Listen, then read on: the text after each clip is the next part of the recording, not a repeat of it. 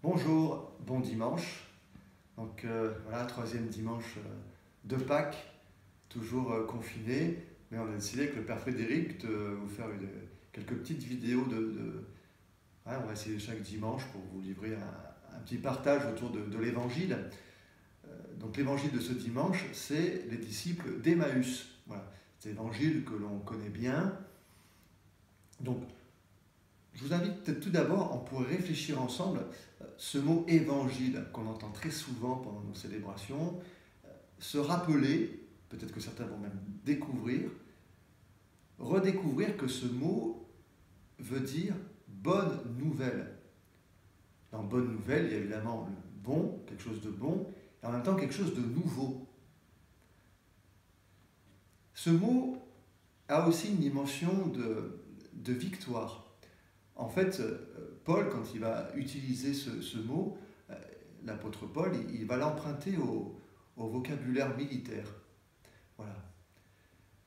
Le vocabulaire militaire dans le monde grec, alors c'est en grec évidemment, que tous les premiers chrétiens parlaient grec globalement, c'était la langue commune à peu près parlée partout dans le bassin méditerranéen. Il y avait ce mot dans le vocabulaire militaire pour désigner une victoire. En fait, on peut imaginer les premières lignes, un messager envoyé des premières lignes qui court jusqu'aux lignes arrière où sont les généraux pour leur dire « Ça y est, bonne nouvelle, la victoire est là ». Il y a encore quelques escarmouches ici ou là, mais la victoire est là. Ainsi, ce mot, vous voyez qu'il a une puissance. La bonne nouvelle, la victoire du Christ. Mort et ressuscité pour nous sauver, la victoire du Christ sur le péché et sur la mort. La victoire de l'amour de Dieu.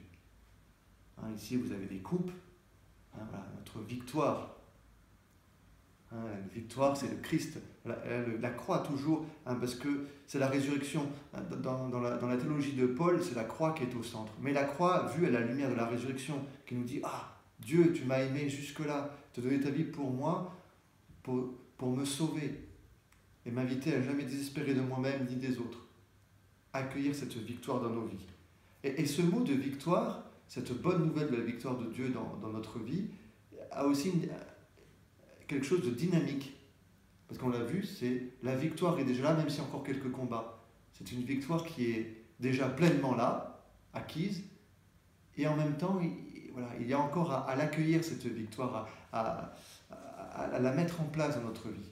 D'où l'importance pour nous, chrétiens, de célébrer cette victoire. L'accueillir et la célébrer, et j'allais dire, peut-être parfois aussi la célébrer pour mieux l'accueillir. Parce que parfois dans nos vies, c'est pas si évident que ça que la victoire soit là, même si on y croit, quand on a confiance, on y a confiance. Mais en la célébrant, notre foi augmente, et c'est en célébrant finalement la victoire du Christ, en chantant Alléluia, que cette victoire se met en place dans nos vies. C'est aussi en laissant ce dynamisme de nouveauté, nous sortir de nous-mêmes pour aller vers les autres, pour aussi aider les autres, on le sait très bien. Tout cela, en fait, et souvent, finalement, nous aide à aller mieux. Tout cela nous ressuscite. Ainsi, nous rentrons dans un processus de nouveauté en nous, et de bonne nouveauté, pour à notre tour, en Jésus, devenir une bonne nouvelle pour les autres. Une bonne nouvelle parce que Dieu a fait des merveilles dans nos vies, parce qu'il nous aime, parce qu'il nous pardonne, parce qu'il nous relève sans cesse, avec bonté et patience, pour que la victoire soit totale, qu'on réussisse pleinement notre humanité tous ensemble. Nous avons, dans la liturgie du jour, il y a le psaume 15 pour nous inviter à prier. Et il y a ces mots. « Mon cœur exulte, mon âme est en fête, ma chair, c'est-à-dire toute mon humanité, elle-même repose en confiance. Tu ne peux m'abandonner à la mort, ni laisser ton ami voir la corruption. » Cette prière, c'est la nôtre, c'est celle du Christ ressuscité, celle de tout homme qui, dans la foi, participe à la résurrection du Christ. Reposer en confiance, être en paix, sûr que le Seigneur ne nous abandonne pas, qu'il ne laisse pas notre humanité s'abîmer, se corrompre.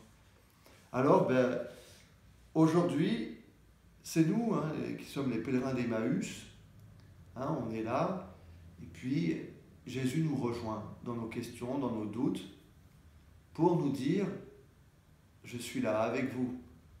Il nous invite à relire aussi les événements du monde d'aujourd'hui, notre histoire, aussi notre vie, et y voir comment Jésus a apporté du sens et éclaire notre vie. Et il apporte aussi justement à ce dynamisme de résurrection. Peut-être l'occasion, pendant ce temps de confinement aussi, de voir comment le Seigneur s'est manifesté à nous dans notre vie et comment il le fait encore aujourd'hui. Pour repartir tout joyeux, même en pleine nuit, comme les disciples d'Emmaüs qui partent alors qu'il fait nuit, ils ne voient rien. Si, ils ont le cœur éclairé par la foi et du coup, ils savent où ils vont. Et ils vont dire, c'est vrai, Amen, le fameux Amen, c'est vrai, le Christ est vraiment ressuscité. Amen.